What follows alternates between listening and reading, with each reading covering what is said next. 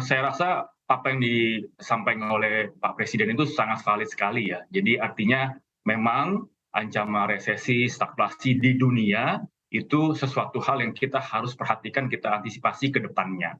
Namun kembali lagi tadi kan sudah disampaikan oleh Mbak Sinta ya, ada beberapa slide tadi yang menyampaikan bahwa Indonesia itu yang luckily kita bisa dibilang sangat diberkahi oleh sumber daya alam yang luar biasa, sehingga akibatnya kita punya surplus dari current account, kemudian segala macam bentuk ekspor neraca kita juga bagus gitu ya. Jadi artinya sebenarnya, nah ini yang menarik. Ada satu hal yang mungkin kita perlu sampaikan di masyarakat Indonesia. Indonesia ini bisa jadi menjadi salah satu safe haven bagi minimal regional di sekitaran ASEAN ataupun Asia, bahkan juga di dunia karena kalau kita lihat tadi kan semuanya minus ya, semua bursa minus, sementara kita plus sendiri. Nah ini memberikan indikasi bahwa likuiditas yang banyak di luar itu kemudian mulai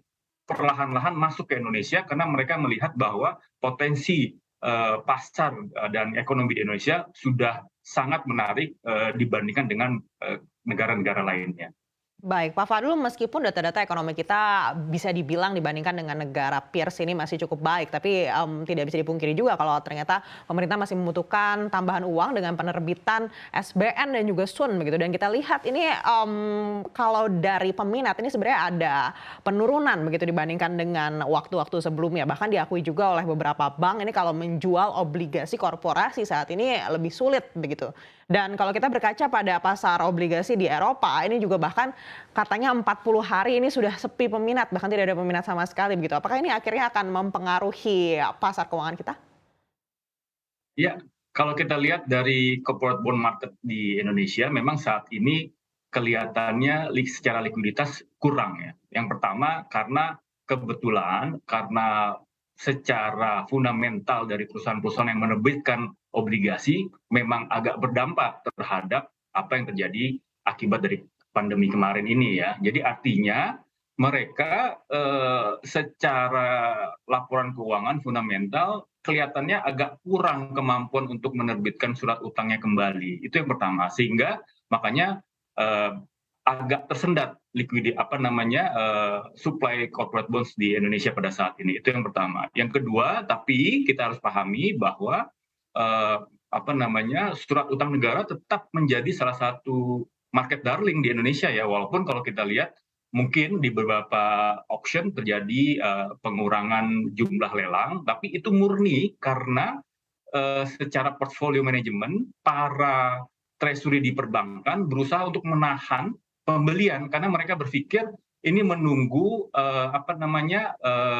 kenaikan suku bunga oleh Bank Indonesia ke depannya gitu. Jadi artinya mereka melakukan justru wait and see, bukan karena terjadi krisis ya, artinya bukan karena mereka melakukan penjualan dan sebagainya, karena kalau dilihat dari porsi kepemilikan asing kita juga saat ini sudah terendah ya, artinya kalau ada hiccup dari asing saya rasa relatif lebih manageable, sehingga akibatnya makanya kalau kita lihat sekarang yang paling krusial adalah apakah BI akan menaikkan suku bunganya berapa basis point ke depannya, itu yang sebenarnya yang menjadi salah satu indikator bagi baik corporate bonds pada saat mau melakukan issuance ataupun terhadap pasar surat utang negara. Baik, tidak hanya di pasar surat utang, Pak Fadul, kalau kita lihat di pasar real seperti pasar properti, misalkan untuk harga-harga apartemen saat ini juga dijual bahkan di bawah harga pasar begitu. Artinya ada kekhawatiran juga ini masyarakat kalau mereka lebih membutuhkan cash begitu daripada aset-aset yang sudah ada begitu. Apakah ini nantinya tidak akan membahayakan pasar keuangan kita?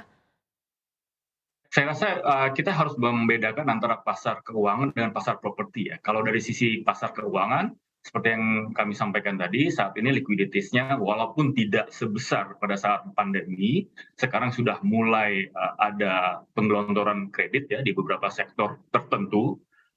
Sementara kalau kita bicara sektor properti, kembali lagi sektor properti kan sangat dipengaruhi oleh kenaikan tingkat suku bunga ya. Artinya kalau suku bunga diekspektasikan akan naik, pasti permintaan terhadap properti akan turun karena most likely hampir semua investor melakukan pembelian properti dengan menggunakan hutang.